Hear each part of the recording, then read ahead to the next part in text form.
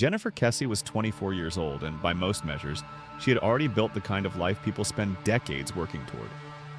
She had her own condominium, a finance career she'd recently been promoted in, and a relationship that, despite the distance, seemed to be heading somewhere good. Then, on the morning of January 24th, 2006, she simply stopped existing in the world as anyone had known her. No struggle was found, no body was ever recovered.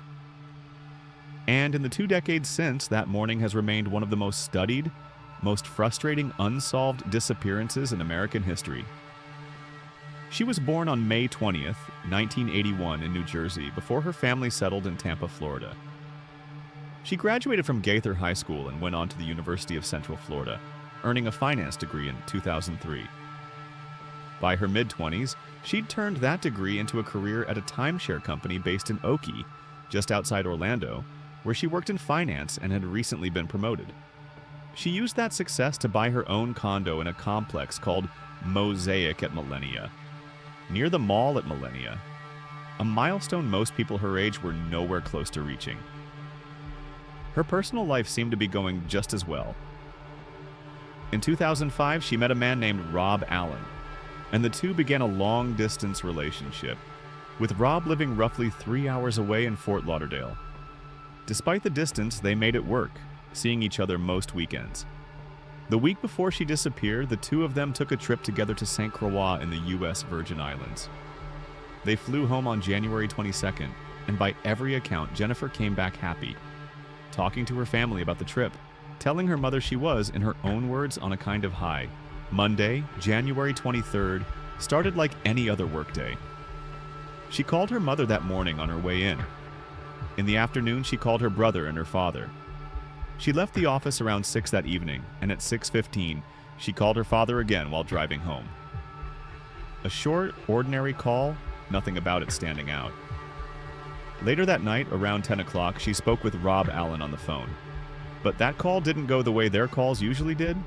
The long-distance relationship had been wearing on both of them, and the conversation ended in a disagreement. Neither of them knew it at the time, but it would be the last conversation Jennifer would ever have. The next morning, Tuesday, January 24th, something that had become almost automatic between them simply didn't happen. Jennifer always called or texted Rob before she left for work. Not out of obligation, just habit. That morning, nothing came. When he tried calling her, the call went straight to voicemail, the first time in the entire relationship that had happened. He assumed she was busy or still upset from the night before and didn't think much more of it. But back at the timeshare company, Jennifer hadn't shown up for work either. For a woman who was punctual to the point of being predictable, that alone alarmed her coworkers. After repeated attempts to reach her went nowhere, someone finally called her parents, Drew and Joyce Kesse. They didn't hesitate. They got in the car and made the 2-hour drive to her condo immediately.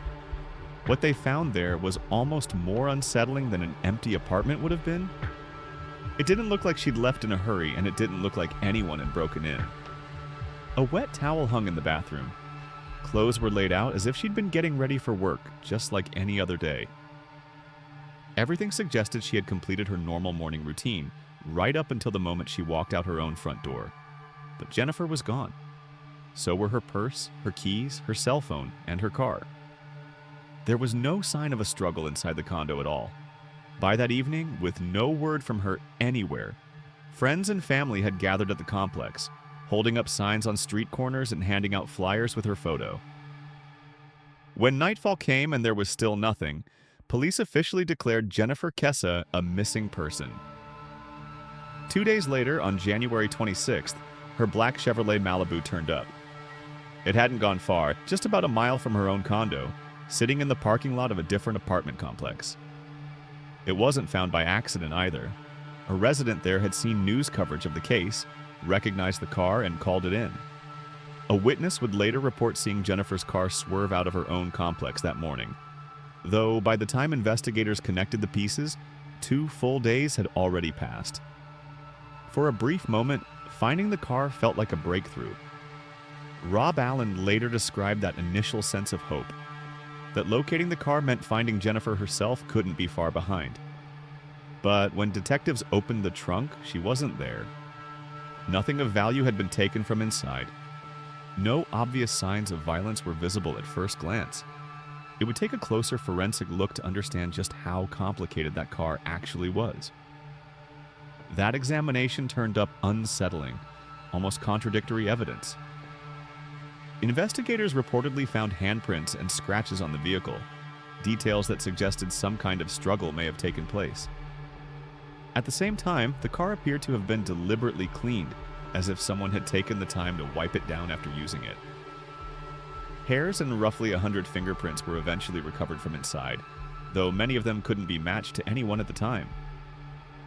A search dog, brought in to trace any scent leading away from the abandoned car, instead picked up a trail leading back toward Jennifer's own condo complex, suggesting whoever left the vehicle there hadn't fled into the night, but doubled back toward where she'd disappeared from in the first place. What stood out just as much as the evidence collected was what had gone missing. Nothing of monetary value was touched, which led investigators to rule out a simple robbery almost immediately. But Jennifer's phone, her purse, her keys, her briefcase, her iPod, and the clothes she'd been wearing that morning were never recovered. Her phone never powered back on. Her bank card was never used again. The apartment complex where the car was found had a security camera, and it had captured something. A person parking Jennifer's Malibu sometime around midday on the very day she vanished, then walking away. For a case with almost no other physical leads, this felt like it could be the answer. But the footage was riddled with bad luck. The camera's angle put a chain link fence directly between the lens and the car, breaking the image into fragments at exactly the wrong moments. The face was never visible. No clear build, no distinguishable clothing detail held up.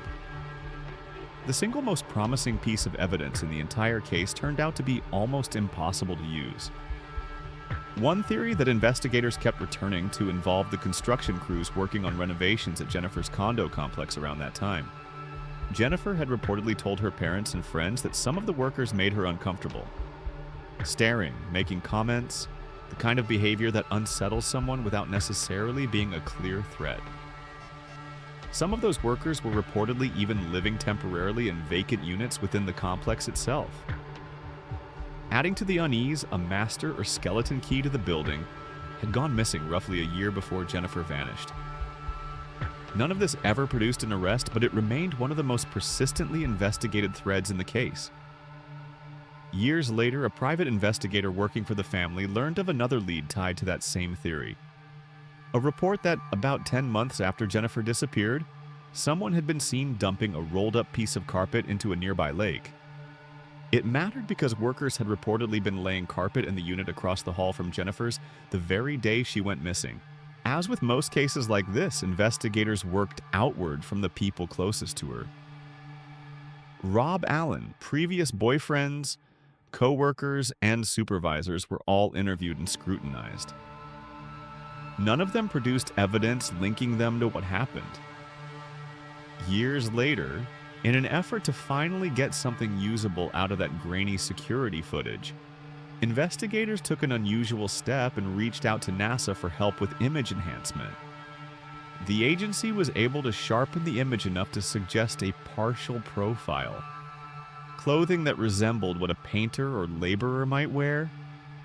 It wasn't enough to identify anyone by name, but it was enough to keep the construction worker theory alive, even nearly 2 decades later. The case left a mark beyond just the investigation itself.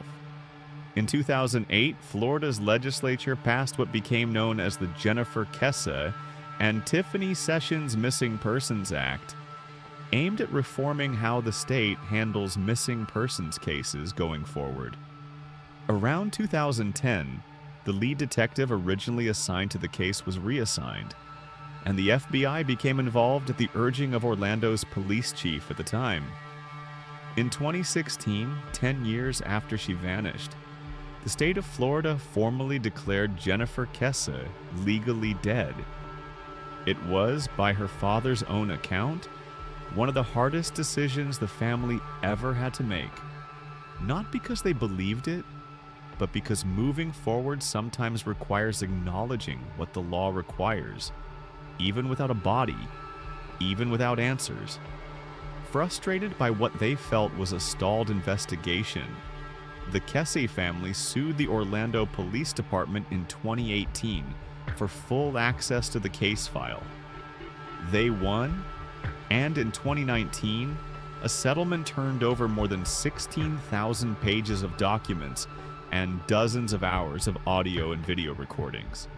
As part of that agreement, the Orlando Police Department stepped back from leading the investigation, and the family built an independent effort around it, hiring a private investigator to revisit old leads, including interviews with former neighbors who echoed the same discomfort Jennifer had once described about the construction crews. In December of 2022, the case was formally handed over to the Florida Department of Law Enforcement's Cold Case Unit. Over the following years, investigators conducted dozens of new interviews and reviewed tens of thousands of pieces of evidence and documentation. In May of 2025, the FDLE made an announcement that stunned even longtime followers of the case. After interviewing dozens of people since taking over, they said the case was no longer considered cold. According to Jennifer's father, the list of possible persons of interest had narrowed to what he described as a very short list. That momentum continued into October of 2025, when the family revealed that investigators had discovered DNA on evidence that had never previously been tested. A detail that directly contradicted earlier information, suggesting the only DNA ever recovered had come from the car's steering wheel. The discovery narrowed the list of persons of interest even further. As of today, Jennifer Kesse has never been found. No one has ever been charged. The $1 million reward once offered for information leading to her, contingent on her being found alive, was never claimed, and its deadline passed years ago. Her family has spent nearly 20 years refusing to let her case fade into a closed file, fighting in court for records, funding independent investigations, and speaking publicly year after year in the hope that someone, somewhere, still holds the piece of information that finally explains what happened. Somewhere in that grainy, fragmented security footage captured the day Jennifer Kesse disappeared is the person who parked her car and walked away. The fence, the camera angle, the timing, all of it conspired to keep that person anonymous. Even NASA's enhancement could only get so close. 2 decades later, the answer to where Jennifer Kesse is and who took her remains exactly where it started, just out of frame.